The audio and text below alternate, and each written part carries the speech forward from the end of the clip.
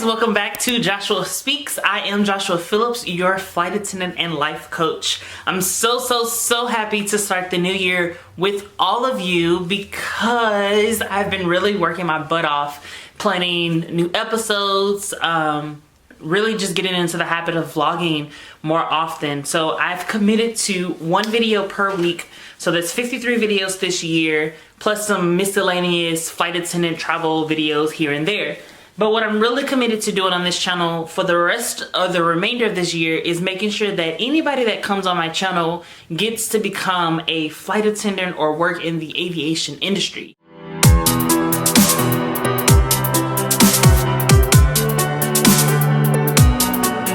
So let's go ahead and jump right on in today's episode. Today's topic is going to be thanks but no thanks. TBNTs is typically what they're called in our career field. And what thanks but no thanks is pretty much is that email that you get after you apply to a job and they say, hey, you're awesome, but there's other awesome candidates as well, so we're gonna go with other candidates. While I was searching the website or the internet, I found out that the typical thanks but no thanks amount, or the average, is anywhere between 5 and 12 per person. That means a person's applying to multiple airlines, multiple carriers, and they are receiving thanks but no thanks. And what I really want to focus on is the time frame of when you're receiving your thanks but no thanks, and then pretty much some helpful tips that would get you past where you're being disqualified. So very first thing is, people always ask the question, how long do you wait until you get a thanks but no thanks to reapply? Now, when you're doing your application, typically the application tells you 6 months or a year.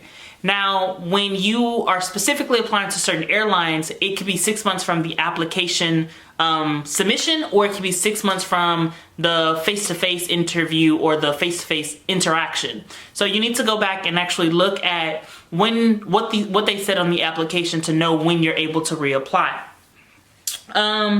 Something I really want to point out before I get in depth with the thanks but no thanks tips is each thanks but no thanks really teaches you something. So for example, if you are getting a thanks but no thanks after your application submission, you haven't interviewed, the only thing you did was fill out an application and attach your resume or cover letter, the very first thing is something's wrong with your resume. It could be the wording, for example, not including keywords like customer service, professional, safety enforcer, things around that nature. If you're not including keywords in your resume, then you're gonna get disqualified. Most people don't know, but when you submit an application, it goes through this system.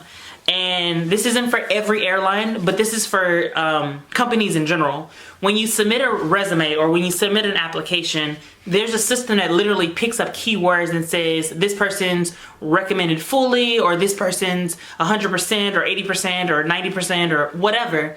And if you don't include those keywords, then you're gonna get pretty much weaved out of that first initial process. So what is a good helpful hint is going to the website of the airline that you're applying for and seeing exactly what type of person or flight attendant they're looking for. If you go to the job description, if you go to the very first part of the application, typically the application tell you what the company's looking for.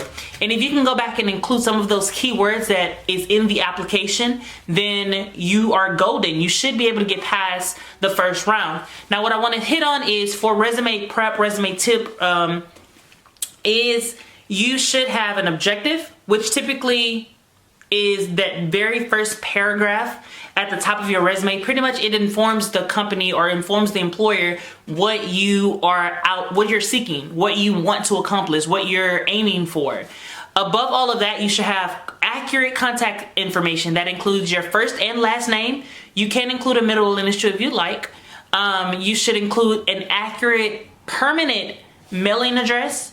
You should include a contact phone number and then a email address. Now with your email address, please make sure it's professional. You do not want to say slutmonkey1212 as an email address when you could easily just go create a Gmail and say your first name dot last name, at gmail.com or whatever. But just make sure your email It's professional because you can get weaved out just based on inappropriateness of your contact information.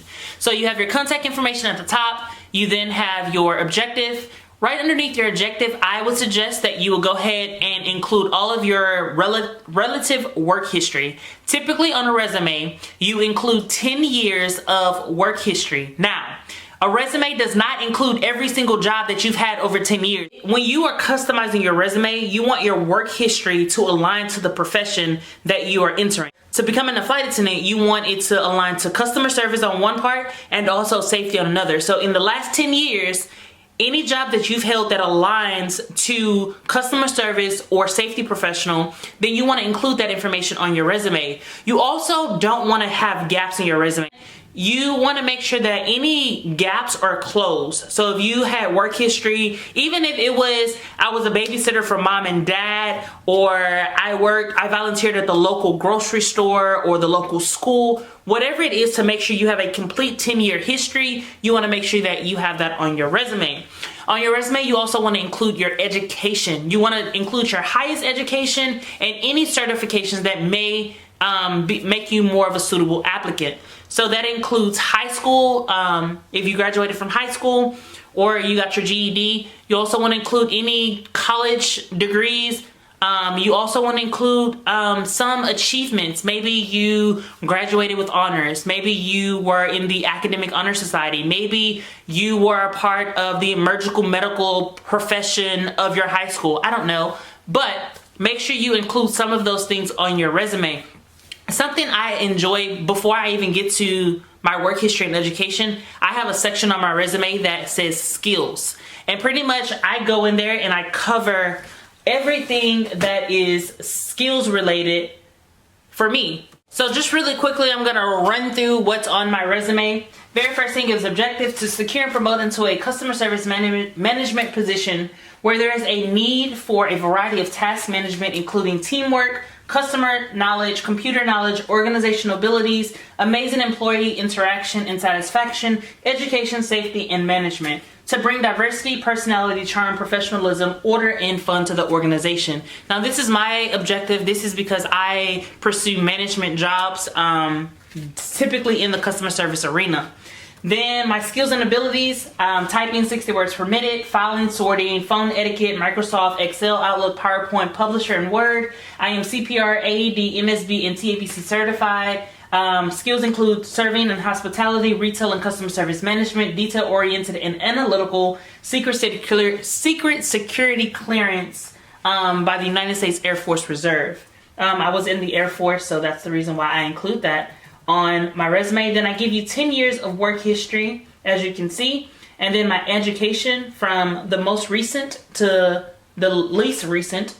And that's my resume. I do not, at the bottom, do not include references available upon request, simply because if employers want to request references, they have that right. You don't have to tell them at the bottom. If they want references, they're going to request them and you're going to have to provide them.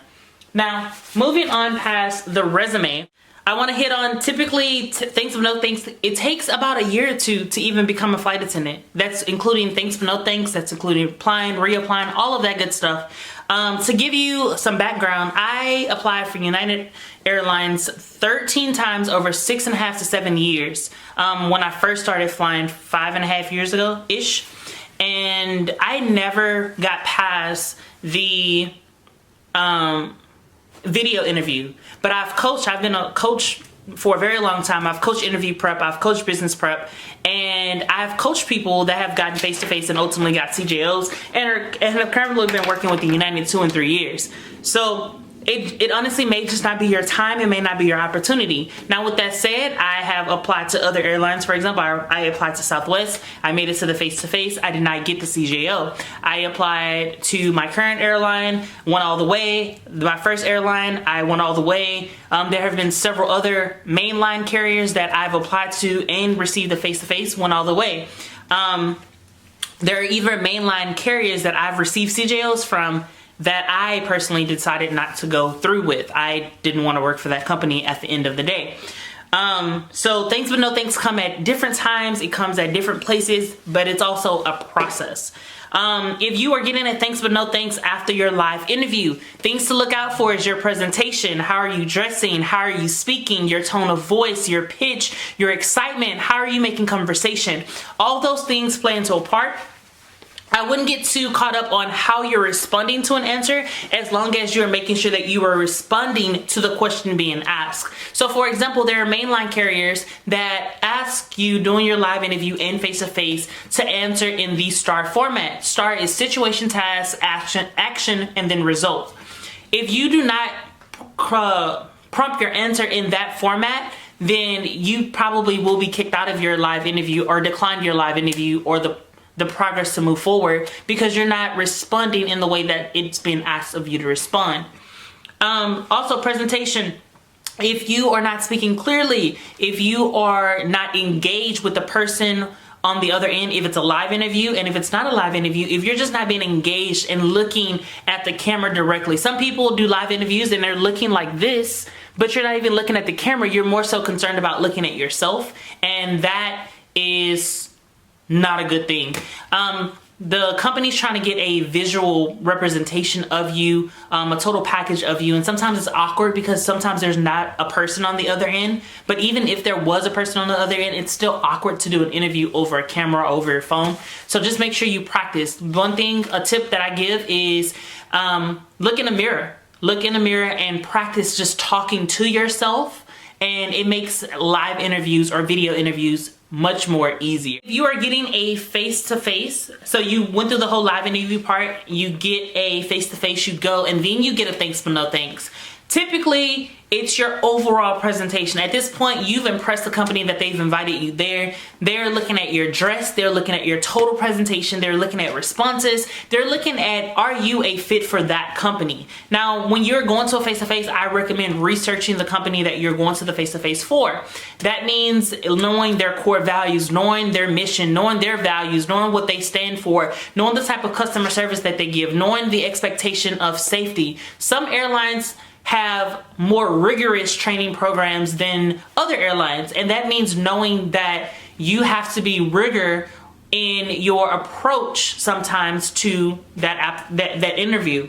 So if you are getting a thanks but no thanks after a face-to-face, I would suggest getting interview coaching. Sometimes that's one of the best things for you. It's because you may not be answering questions the way that they should be answering, or you may even be nervous, or like may have a lower self-esteem, or not be as confident. Like all of those things go into getting thanks but no thanks from your face-to-face. Going back to video interview, if you're not making past the video interview or the live video interviews, make sure you reach out to get coaching of some sort. You know it's not your resume because they've already accepted you and extended you a video interview offer, but you aren't getting past it. So it's something with either communication, presentation, grooming. It could be a multitude of things, but I definitely say reach out to coaching. Somebody that I work with often is Abby with Flight Attendant Career Connection. If you're on Facebook or any social media, look up Flight Attendant Career Connection, because Abby offers interview prep as well as interview coaching. And a lot of people have received CJOs because of her help and the group that she's created. Going back to what I said at the beginning, if you receive a thanks but no thanks, there is something to learn from each one. Not every thanks but no thanks will be simply because of you. It can simply be timing, but for the most part, you are able to take something away from it. If it's from just submitting your application, it's your resume. Do something to your resume. Excuse me. If it's from your live interview, it's something with your communication, your presentation, your dress, and your grooming, and the quality of your questions being answered. If it's your face-to-face, it's your total package. Again, each thanks but no thanks teaches us something if you take the time to learn about what part of the process you're in. I hope that helped you all so much. This is going to be a year long of getting people into their career field of becoming a flight attendant. As always, I am Joshua Phillips. I'm your empowerment warrior. I'm dedicated to healing the world through love and light. So peace, love, and happiness to all of you out there. I want to always end my videos with saying, spread love and shine your best light. Always spread love and shine your best light. I'll see y'all in the next video. Peace, love, and happiness. Bye.